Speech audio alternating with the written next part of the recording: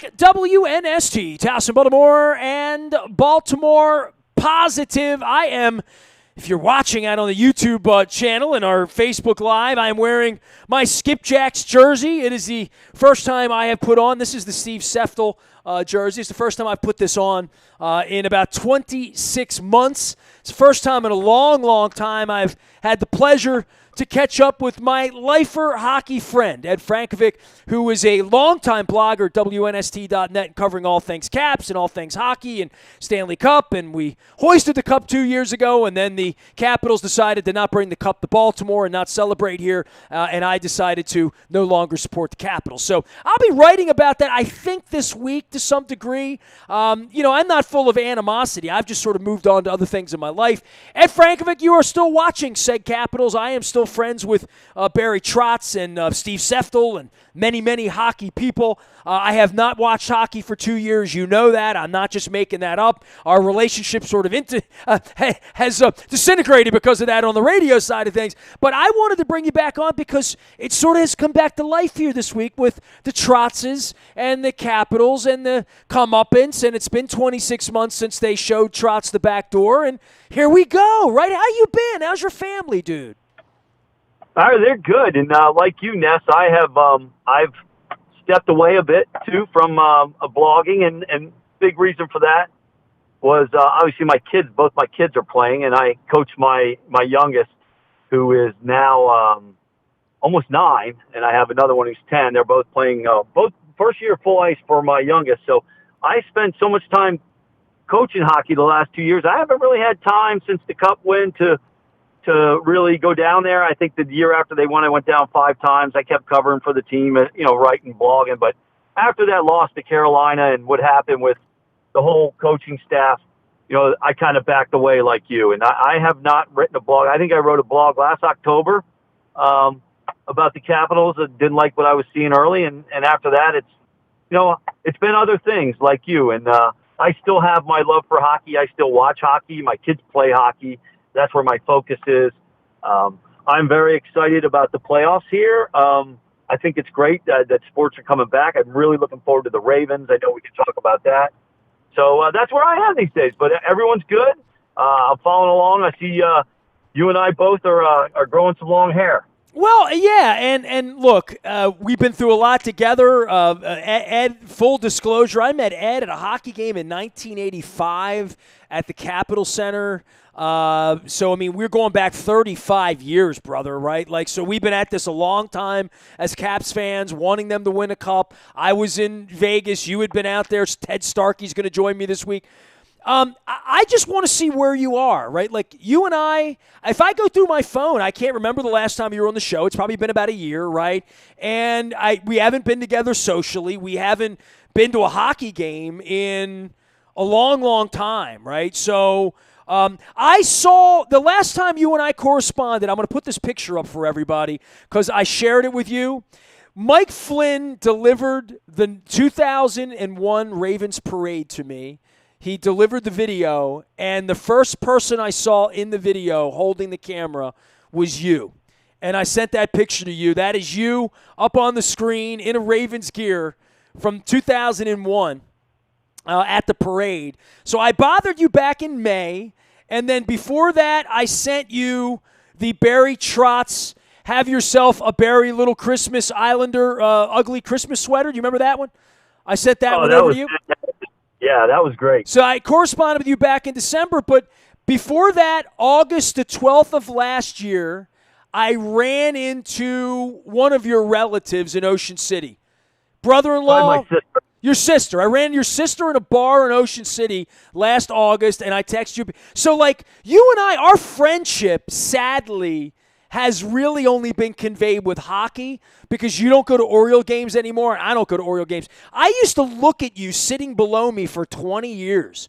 I'm in the front row of the upper deck. I'd look down and see Frankovic on the back of your shirt because you sat below me at Ravens games every Sunday for 2 decades, right? So, sports is the glue that holds relationships like you and me together, right?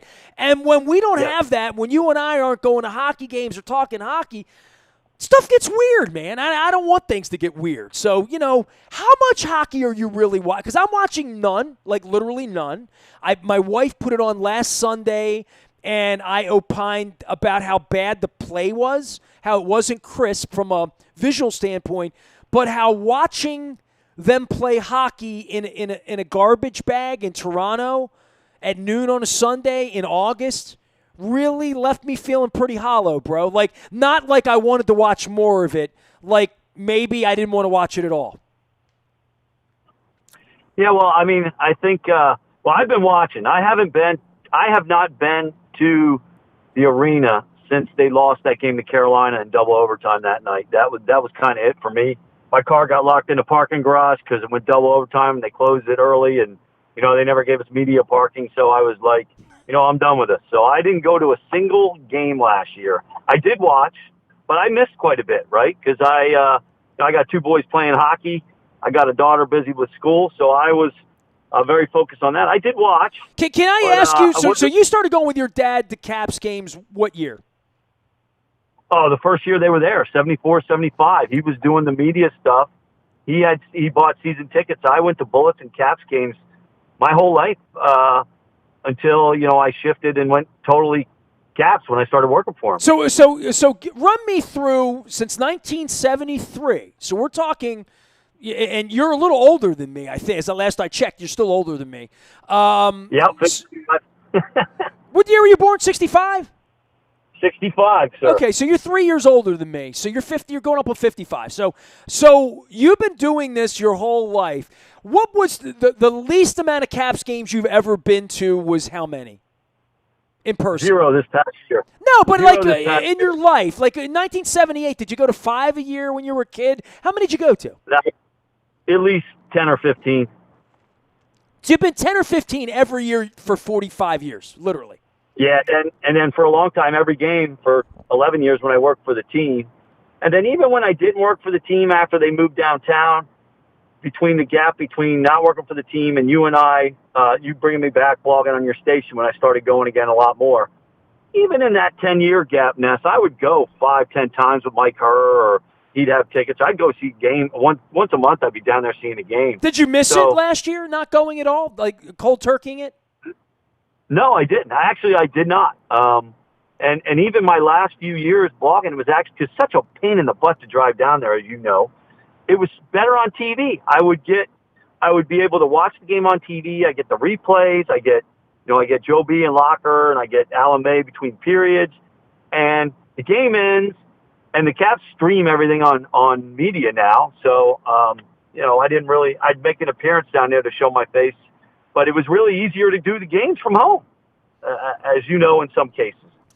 So the last time I've literally seriously sat and watched a period of hockey, or, even let alone a game, was when I walked off the ice with the cup, literally, when Tony Robbins and Ovechkin were bringing the cup past me on the bench. That was the last time I've had anything to do with hockey. I haven't been to a game, haven't watched. It's been 26 months. I'm putting this jersey on for the first time since I wore it holding the cup with Trotz, literally. I don't think I wore the jersey in the parade because it was too hot. It was like hot. It was summertime, right? So this is the first time I've had the jersey on in a couple of years. I wore this when I had Seftel on, maybe. I had him on the show when he wrote his book. And you can go check that out. But I'm not saying I'm done with it. I'm just done with giving time to it.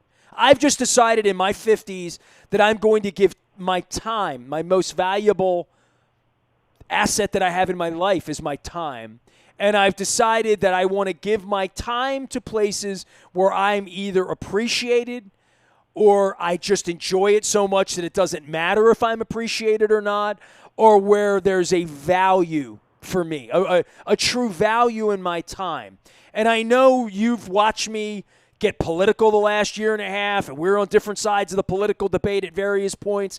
And I found much more value for the future of humanity to be focused on my city, my community, my business partners, my neighborhood, Baltimore, people who love Baltimore, people who care about Baltimore, people who care about Maryland, people who care about the future of our society, not so much 4 hours watching this hockey team that I loved 30 years ago that clearly doesn't care about my town. And, Zach Leonsis made it very clear to me one-on-one that he didn't care about Baltimore. Ted Leonsis has made it very, very clear in his actions. The Washington Capitals have made it very, very clear in the way that they conducted themselves after winning a Stanley Cup. And I'll bring that full circle because I haven't written about it, and this is the first time I've ever talked about it, right? That I would say to you that this Trotz series that's going to get me back, I'm going to watch these games. I don't even know when they are. I am going to watch these games and support my friend Barry Trotz, who has supported me for 35 years now, right? That I'm going to support him, but I don't even know what's going on with hockey. So one of the reasons for me to call you, Eddie, and to bring Ted Starkey on this week is, can you catch me up a little bit? I don't even know a lot about the players. I mean, I see Kuznetsov and I see Ovechkin, and I just want to be caught up on what you know about the Trotzgate, the Islanders, the Capitals. I don't even know what this round robin thing is. I know so little about it, and I'm not being facetious, bro. I'm not playing an idiot on the radio. I am an idiot, okay? I've been worried about making good peaches and fruit and watermelon and my cat and my wife and my business, and I'm merging Baltimore Positive and WNST. There's going to be a new website, and catching up with friends of mine who are struggling, who've lost parents to COVID. I lost a friend of mine 2 weeks ago to COVID. So I've been doing all that. Are they trying to do the World Cup? I'm only asking you because I don't know. There were games on at noon, right? I got Islander fans watching games at 3 o'clock on Wednesday afternoons. Catch every person who knows nothing about hockey who might want to watch this week because it's the playoffs. Can you bring me up because I am that idiot right now? Absolutely. So what they did was they had 31 teams in the league, and with about 13 games to go, they shut down because of the virus, like all sports did, like the whole world did. And then they worked it out, and they decided that the NHL and the NHLPA knew they needed to play because it's a revenue-sharing league, and the players don't make money if they don't play, and the owners don't make money if they don't play. So they worked it out since there were so many teams that were close to the playoff line. They decided to go with 12 teams in each conference would make it. And then they took the top 4 in the standings and in each conference, and those 4 teams played a 3-game round robin to seed the teams 1 to 4. And then the other 8 played a 5 versus 12, 6 versus 11, 7 versus 10, 8 versus 9 in a best of 5. And those winners advance. And now what's starting now is what you would normally know. So there were 2 tournaments. There were 2. I literally don't know. I mean, I literally have no idea. There were 2 tournaments, and that was a play-in and a get your legs ready and get seeded. Those were the 2 styles, and they did that for about 2 weeks? They did that for a little over a week. I think it was 8 or 9 days. And then before that, everybody played 1 exhibition game. And they are where now? They're in Toronto, Edmonton. Where are they? That's it. Toronto. The East is in Toronto, and the West is in Edmonton. So now, hold on, they're not playing in the United States, really? No, I mean Vegas was looking like a shoo-in for a hub for a while, and they were looking. Dude, Eddie, I swear to God, as I'm sitting here, this is how dumb I am. My wife doesn't know. I promise you, she doesn't know this. They're all so that's why all the media was clearing, going into Canada and having to quarantine, right? Correct. Is Joe Beninati and Lachlan, are they in Toronto? They are in Toronto. Yes. Because I put the game on. I put the game on Sunday. They were playing the Bruins, right? And I put it on, and it looked like they were there. And I'm watching Garceau put me to sleep every day now, every night. Terrible. And Ben McDonald, who's okay. And just, I'm watching the broadcast to figure out how are they broadcasting this, right? So the broadcasters are, and everybody's living in one hotel in Toronto, kind of, sort of? Well, they have a bunch of them, but it's like a bubble, yes. They have it, and you can't leave the bubble. And they're testing every day. So far, so good there. Lars Eller now had to leave because his wife had a baby. So he came back to this area, the DMV, and then he's back there, and I think he has to go through 4 days of quarantine before he can play a game. It's up to the league. I don't know. The rules aren't clear. He has to have like 4 negative tests in a row. So I think by the Caps playing Wednesday, he's probably going to be back in. So the Capitals ended up finishing third. But this is like the World Cup. Like, they're playing at 3 o'clock on a Wednesday afternoon. Like, literally, right? Like, that's So I said to my wife the other day when the games were on, I mean, my boy Lou Pellegrino, who was my producer at Sporting News, well, I'm going to get him on, too, at some point. He's an Islander lifer, grew up with Al Arbor, the whole deal, right? And he was my New York producer 20 years ago. He's a dear friend of mine, right? And he loves that Trotz is there. And he used to go to the games with me. When Trotz would come into the Garden with the Predators, he would go to the Garden with me to see Trotz, right, in New York. And he's such a fan. Mm-hmm. And I've had him on, Lou Pellegrino. He's Dan Patrick's producer. He fills in on that, right? So he was tweeting at like 2 in the afternoon about the Islanders, and I'm like, and I see Starkey doing bench reports, and I'm like, are they doing a World Cup? What are they doing? You know what I mean? Like, and I didn't care enough, literally, to even research it before I brought you on the air right now. Like, you literally are educating me. And hopefully educating my audience, because my wife doesn't know, and I don't know, and I know there are other people, not like you and Lou, like hardcore hockey people, but people like Dennis Colazzos who will watch it because it's the playoffs now. And even though it's August, it's the playoffs and it's hockey playoffs, and there's some recurring thing. You know, if you know who Ovechkin is, you might want to watch Wednesday afternoon, right? And you might not have to be as big a Caps fan as you, or a season ticket holder, or buy into the opera. You can now just show up. It's okay to show up for the playoffs. It's hockey, right? Right.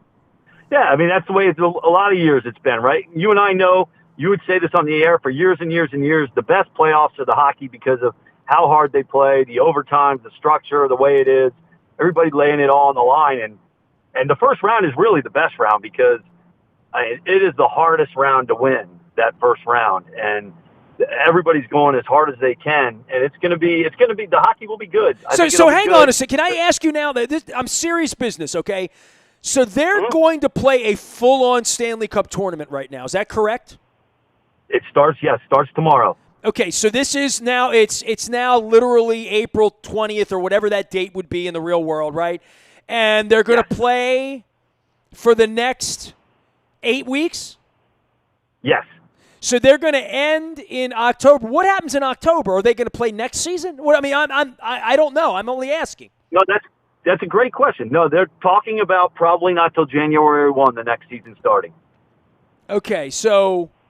Okay. Which is actually a smart move because of football, tell me, right? do you like what they've done? Like, what were the run me through the last 5 months in your mind as to what might have happened and what did happen. Be the analyst guy for me here, because I didn't follow any of it. Literally, I know I'm coming in from Mars, Eddie. Yeah, I like what they did because they're going to play, right? They knew they had to play. Otherwise, the game was going to be set into chaos with the salary structure and everything. And with the Olympics being canceled, NBC really needed something, right? That's why they're on all the time. Why didn't they wait till October and just start over and ditch last year? Because there's no money in the regular. Why start the regular season over again when, why buy a green banana when you can eat a ripe one? Is that what you're thinking? It was all because of the TV money. Now, they needed that TV money. Their money that they get out of their TV contracts are enough to sustain them and keep them going. They needed that money. Typically the fans, what they get in from let's be honest, hockey has lived off their audience, their fans for years coming into the buildings, but their TV contracts continue to get better and better, especially in Canada. And even NBC, they got a sweet deal from NBC. So they needed to get back. I mean, Gary Bettman knew they needed to play, and they worked out a way where they could do it. And they're going to be playing in the first 2 rounds will be Toronto and Edmonton, and then the conference finals, the last 2 rounds will be all in Edmonton. So this is fascinating, dude, and it's the first time I've discussed it literally with anybody. I'm just being honest. Like, I don't have any other hockey friends. I mean, hell, if I haven't talked to you about it, I haven't talked to anybody. And I haven't put the Hockey Channel on. I haven't even gone to my own website to read. I've been so in a bubble the last 5 months, like almost running for mayor and getting caught up with what's going on with all my business partners and whether Planet Fitness is open and, my wife's work and my work and where we are, that I don't have a lot of confidence in this, right? Like, this is a pathogen. This is the big one. It's a virus. It's real. I lost a friend to it a couple of weeks ago. I've had a lot of friends lose parents to it, one over the weekend, right? So I'm into the reality of it that I don't need to suspend belief to go to play make-believe last-place baseball in a 60-game schedule and get real caught up in John Means, right? So I'm just not. I just haven't taken it seriously. Hockey is so far removed from me with what the Capitals pulled by winning a Stanley Cup and having the owner of the team promise me on 20 occasions he was going to bring the Stanley Cup to Baltimore and then sneaking it in for a buck in the middle of the night with Kevin Plank and the Orioles, which was greasy. So I went away from hockey because I felt like it was greasy. I felt like the way they treated Trotz was greasy. I didn't dig it. And this hockey thing, now that I'm starting to really – I swear to God, Eddie, I thought they were playing in Florida and Arizona somehow, or Florida and Vegas, because the last I heard they were doing that, right? Like, run me back through June. What were they gonna do? Well, Vegas was pretty much a shoo-in until they got focused on the cases numbers, so they basically said, okay, well we're not going to be able to play in the States because the case numbers are now going up.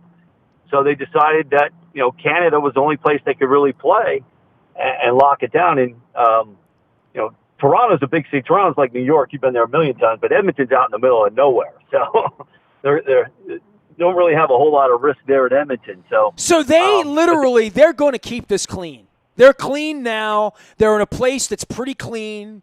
They're in a bubble that creates clean, unlike the NBA, right? Which is they're in a bubble in a place that ain't clean at all, right? They're in a country that's clean. The only thing that could make it cleaner is if they all would have gone to New Zealand and figured it out, right? Literally, right? Yeah, well, yeah. And they're not going to lose the Columbus Blue Jackets next week due to COVID in the way that, the Orioles could catch it tomorrow morning, in the way that the Cardinals and the way that the Marlins, and they're moving around. So hockey, they literally are going to have a clean tournament. So there is a point for me, okay, that, Eddie, I'm having an awakening here. I'm not playing you, man. I know nothing about this. If you do buy into the playoffs this week, if the Flames are your team or the Golden Knights are your team or the Avalanche, whoever you're buying into, the Islanders will be my team, despite what I'm wearing. So if I adopt the Islanders on Wednesday, there's no chance they're not going to finish this tournament, which is correct. Part of my issue with baseball and certainly all of my issue with football. My issue with football is I'm not buying into this having any integrity. And baseball's already lost its integrity, right? Baseball, they're playing 7-inning games and dragging mud around down in D.C. on Sunday. Baseball's lost there is no integrity. The best players aren't even playing, right? Football, same thing. I don't think there's going to be any integrity in this football season, which is why I'm having a hard time buying it. You're giving me a real case. How many players aren't playing? Are all the hockey players playing? Is there anybody who bowed out or couldn't get into Canada or, Putin decided not to let him play? Is there anything like that? Nope, none of that. They're all playing. They've had, they haven't had any positive tests since they started. They had tests when the teams were in their own cities, and then they quarantined but when they went to Canada, there hasn't been anybody not playing. So the only people not playing are guys that got hurt, like John Carlson hurt his knee in the first game. So he hasn't played. He didn't play in the round robin. He's been practicing. Caps been saving him for the series. So that's a big question mark for the Caps. What's John Carlson's knee status? But as far as the virus, they got a bubble. You can't leave. If you leave, they got all these protocols to get you, for you to even be considered to come back in, like what Lars Eller had to go through. But of course, he's going to leave hockey for his kid to be born. Ed, they're Canadian. They have their act together. They know what the hell they're doing up there.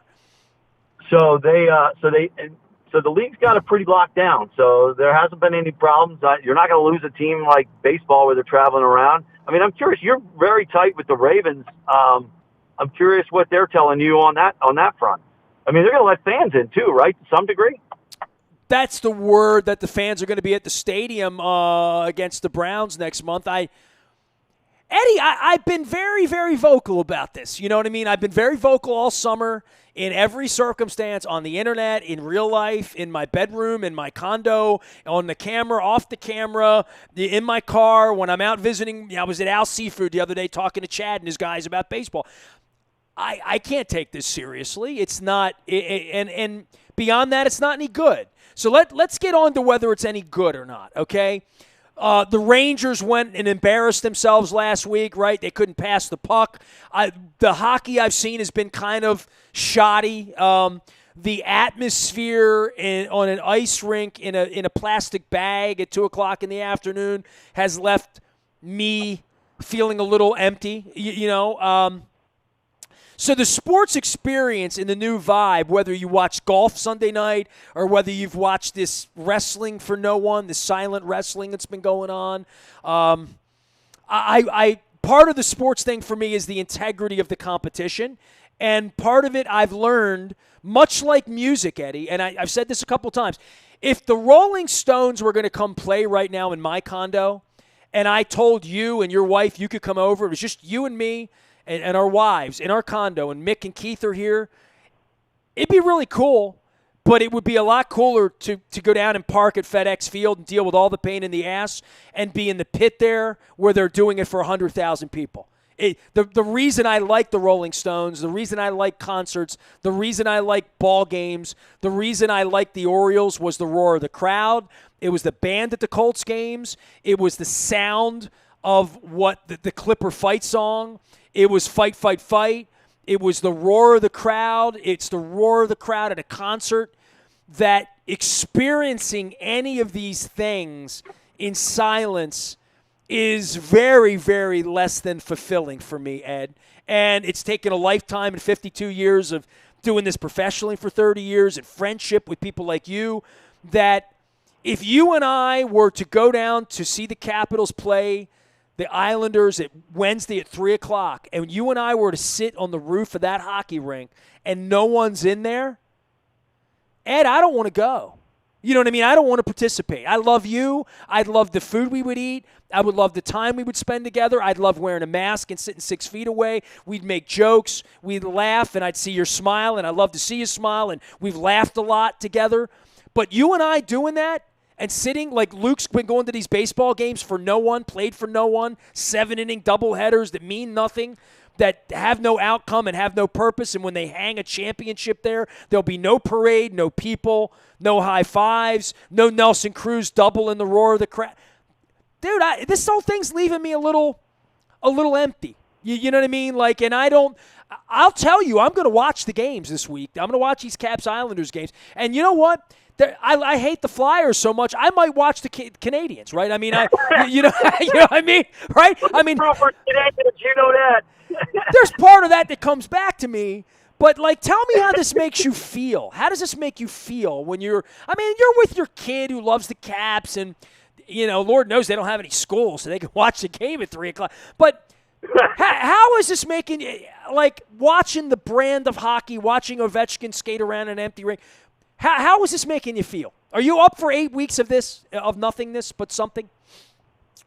Well, I'll watch it because I'm a hockey fan, but it is definitely not the same. And to your point, the thing I miss the most is concerts. I love going to concerts just like you do. I mean, I just love seeing live music. And, my buddy Smitty's got a band. They've had a bunch. They were supposed to go to Florida and play these festivals in Baltimore, and they've been able to do a couple outdoor gigs, but they lost a lot of that. There's a lot of people that love live music and like to go see live music, and it's really been shut down. And with the sports, the same thing, right?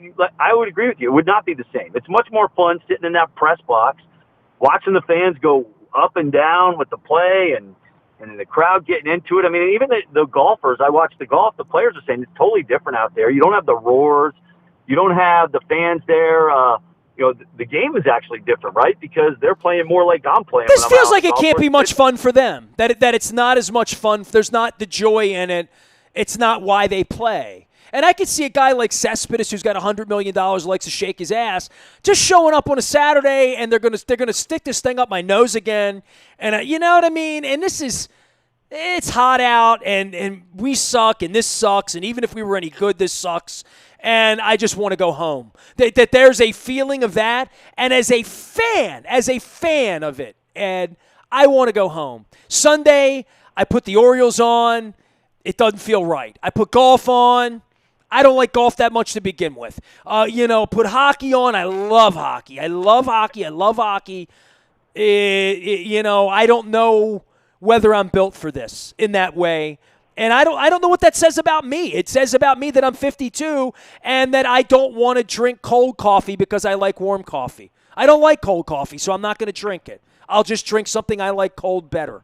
That's how I feel. I feel like it's my time and my money, especially when it involves the Capitals. I'm not going to ever give Ted Leonsis a penny of my money again, ever. And that might include concerts down there that I won't even order beer once I go into a concert down there. That's how upset I am. That's how angry I am. That's not really a good play. I don't even like going to concerts there because the sound's not good in that building. I mean, I've seen a few concerts there and they haven't been good. I'm trying to think if I've been in the building since. I haven't. I haven't. I'm trying to think if there's a concert in D.C. I've seen the last 2 years. I almost went to see Hall & Oates last summer, and I didn't. At the Capital One Center. Yeah, I don't think I've been there for anything. I have to think about that, but I think the last time I was there was when you and I shut out the lights, at the Stanley Cup Finals. The Golden Hurricane game, right? Or Golden Light game, excuse me. They had the 3-1 lead, and you and Jen went off to Vegas and partied with Trotz with the cup, and I went out in the middle of the night, bought a bunch of stuff, and my boys came down to Stanley Cup gear, and that was a legendary couple days. And then the world got turned upside down when they didn't want to keep their coach. Let's talk about that a little bit. Ed Frankovic is here. You can follow Ed out on Twitter. I'm going to go bonus time. Let me plug a couple of sponsors here and tell everybody that's Chicken Palooza at Royal Farms. 10 cents from every Chicken Palooza box sold is going to be sold to benefit the folks at Johns Hopkins on both sides of the box here. Make sure you're supporting them. Johns Hopkins kept my wife alive as well so she could enjoy the Stanley Cup and hold it and do all those fun things that we do. Also, our friends at Sporticulture. I'm wearing the hat. We're going to get the black magma in here for all of our magma lamps. Also, our friends at Taharka. I'm holding the vanilla bean up. I would highly recommend the pistachio made here in Baltimore so you know how good it is. Taharka. Delicious, award-winning ice cream, and also serving up social change. Vanilla bean goes really nice with fresh peaches, Ed Frankovic. Ed, catch our audience up on Trotz versus Capitals, because I've got blood on the bricks. I've got extra skin in the game in regard to this. I have not had a heart-to-heart at length with Barry Trotz. I would only tell you that the only thing that he told me that I don't think he even minds that I would share, which would be the lack of humility that the Leonsis family showed in the aftermath of how he was treated, how Baltimore was treated, how lots of people were treated. But this week and this Trotz Capitals thing, it's enough. I wouldn't have you on right now if the Capitals were playing the Hurricanes and the Islanders were playing the Flyers. I might not have even noticed hockey was being played, but they've got my attention now because I want to get an Islanders hat. Yeah, so what happened was, Trotz's contract was up. He did have a clause in his contract that said if he won the Cup, he automatically extended for 2 years, and they gave him a raise to $1.5 million. Well, when Barry signed that contract, obviously it was when the market the market totally changed with Babcock in Toronto and Quenneville getting a big deal in Chicago. And all along, if you remember that last year, there were people calling for Trotz to get fired. You and I were squarely in Barry's corner and said, don't be stupid. This would be the dumbest move to ever make. Well, I think that in retrospect, when this thing gets played out and smart people write about it and talk about it, anybody who knows Barry Trotz, who's known Barry Trotz for 35 years like I have, would put him on an integrity scale of all the people I've ever met in any cross of life. Barry Trotz is impeccable. I can't say that about myself. I don't know that I can say that about you, but I can say that about Trotz. And for him to be treated that way, it was about his Canadian sensibilities, I think, to some degree. And he understands business, and he was never treated that way in Nashville. He had a different kind of way that they did things in Nashville and the way that David Poyle did things prior to, and probably a lot of the way that Abe Poland probably did things. And I know you were very critical of Abe Poland's loyalty to Susan O'Malley and the late, great Wes Unseld, but there is something to be said for loyalty in the other direction. Sometimes it's blind loyalty. But in the case of Trotz, I think there was something about they wanted to fire him. They whispered around about firing him. They were going to fire him. They wanted to fire him. He knew that. And I think that when he was standing there holding the Stanley Cup after they tried to fire him a couple of times, I think that was baked into this that I saw being at the team party 3 hours after they won the Stanley Cup. I saw the animosity, and it was real. And I think for that, you will see and feel part of that animosity over the next 2 weeks if you put this hockey series on. Oh, there's no doubt the Islanders are going to be amped up, and if this series was going to be decided by coaching, the Islanders would win. I mean, there's no doubt. Trotz, Lane Lambert, and Mitch Korn are way better coaches than what the Capitals have. It's not even up for debate what they've done in New York, getting that team to buy in and play that way. And I think at the Leonsis family it's all about money, right? They were. Brian McClellan said at the press conference, some teams are willing to pay this for a coach. We're not. I mean, that's all you needed to hear from the press conference, what the decision was about.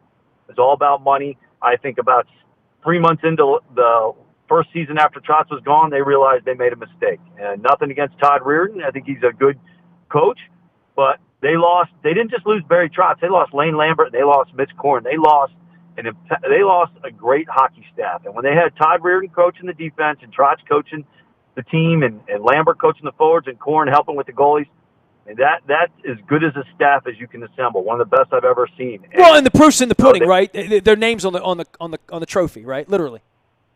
Exactly. I'm sure David regrets having to move on from Trotz, but I think there was marketing, right? It's at some point marketing comes in and sailing to the fan base, which is, in truth, if you in an idealistic world, you focus on who's the best coach. And Barry Trotz was still the best guy to be coaching Nashville, and he should have been. But, there's a lot of pressures, outside pressures, and I'm sure David regrets it now. Because, look, they're not even in the tournament. They lost in the round robin. They fired Peter Laviolette midway through the year, and the coach they brought in from the Hines guy from New Jersey, who had been fired by the Devils, they didn't. That team didn't even make it. They got beat by Arizona. So I'm sure there's a lot of regret in David Poyle for moving on from Trotz. And I guarantee you the Leonsis family felt it last year because the money they would have put into Trotz, they would have more than made up, winning a couple more rounds because they would have definitely beat Carolina. I think they would have won another round and maybe even contended to win the Cup that year. And instead they looked at the money situation, and they ended up costing themselves in the long run. Ed Frankovic is here. The Washington Capitals and the New York Islanders will set sail on an afternoon voyage over the next 2 weeks. Ed, I'm really happy I had you on. Now at least when I have Starkey on, I will know a few of the key details because I just said I'm going to call Ed and just have Ed explain it to me because Ed's into it, and it would be better than me reading about it, and I'll learn about it when Ed comes on, and it'll be good to catch up with Ed. It's great to hear your voice. It's great to catch up with you. I don't know that we'll be doing daily hockey reports off these games, but Lord knows if it's like The Godfather, right? They may suck me back in before it's all over with. I see Trotz behind the bench at 3:00 in the afternoon on Wednesday, but the action begins. They play Wednesday, Friday, Sunday, Monday, Wednesday, Friday, and then Saturday if there's a Game 7 next weekend. Over the next 12 days, the Avalanche and the Coyotes and the Golden Knights and the Blackhawks and the Bruins and the Hurricanes. And games begin at 3 in the afternoon, and it literally is like a World Cup tournament, right? Like they just play all day, literally. Yes, they'll have 2 games from Toronto, 2 games from Edmonton, and you'll go back and forth between the games. And I think it's going to be a great series. And to be honest with you, I love Barry Trotz too, and Lane and those guys. And if they win, I'll be happy for them. I was very happy to see them beat Florida, and I think this is a coin flip series, especially if John Carlson is not right and his knee's not right. That the Islanders could easily win. Well, I am wearing the Skipjacks and the Capitals jersey, for the last time, and the red and white and blue. I'm moving on. I had moved on from hockey for a couple of years, so I never said I would never watch again. I would only watch if I'm compelled to do so. And watching Barry Trotz play the Washington Capitals after the way he was treated 26 months ago, on the back end of how my city was treated by the Capitals 26 months ago, I'm going to give it a little bit of time here during the pandemic. How about that? I'm going to watch some hockey with you. You might get a text or two from me in the middle of this. How about that? Hey, I would love that, buddy. And, if you want to talk it, you look me up and let's talk it. Let's talk hockey if you want to. I know how much you love hockey. We both had our shares of times where we moved away. I moved away from the team for a little while when they fired David Poyle and all that. My buddy was certainly caught up in that. But I always loved the sport, and I come back and, like you and I, we've been around that sport for so long. We've made so many friends in the business that you start rooting for your friends, right? You root for the people you know, and they're going to bounce around because that's the nature of sports. I mean, in every sport, football, baseball, you got friends everywhere. Your buddy working for Dan Patrick. I mean, you know way more people than I do in this business, but I tend to root for my friends. Well, it makes me an Arizona State football fan if they ever decide to play, right? Yeah, go Marvin. Go Marvin. Hey, man, take care of yourself. Wash your hands, wear a mask, keep your family safe, and your boys playing some hockey, and we'll catch up again soon. All right, I'll get down and visit with you. We'll hang out in Columbia sometime soon, eating something outdoors. All right. That would be fantastic. Love to see you and your wife. Ed Frankovic, my dear friend, lifer, hockey buddy. It's only been 35 years we've been doing it. Hockey, hockey, hockey, as they used to yell in Rochester, or Skippers on a Warpath, go, go. Skippers on a Warpath, go, go. That was for Jeff Amder.